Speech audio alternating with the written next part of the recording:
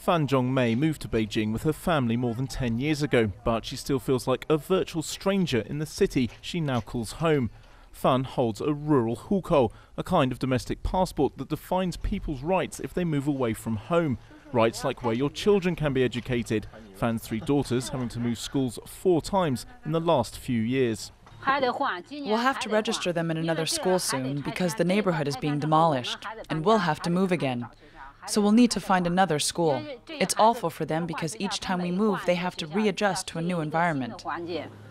The Fans, though, like many other migrant workers, have little choice. The living they eke out in the city may be better than what they were earning in the countryside, but it still means having to live in some of the poorest areas of Beijing, areas the government is rapidly demolishing in its quest for modernity, which these holders of rural hukous have little chance of stopping. Chinese citizens should have all the same rights and benefit equally from public services. That's the very least we can do to acknowledge the contribution the migrant workforce has made to transforming China in the last 30 years.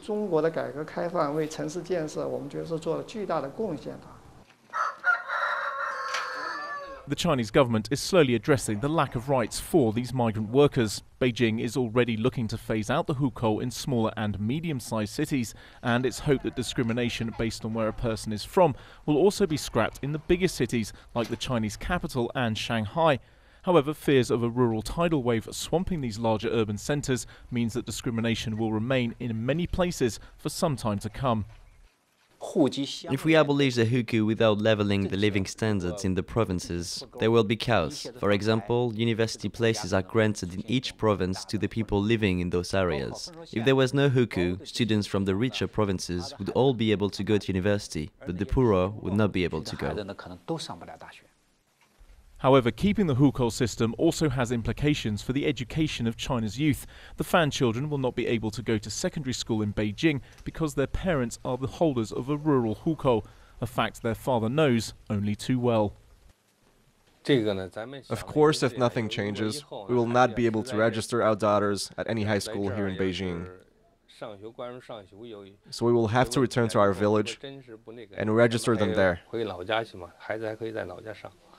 Beijing is looking to close the gap between urban rich and rural poor, and for many in the countryside that means moving to the cities to find work.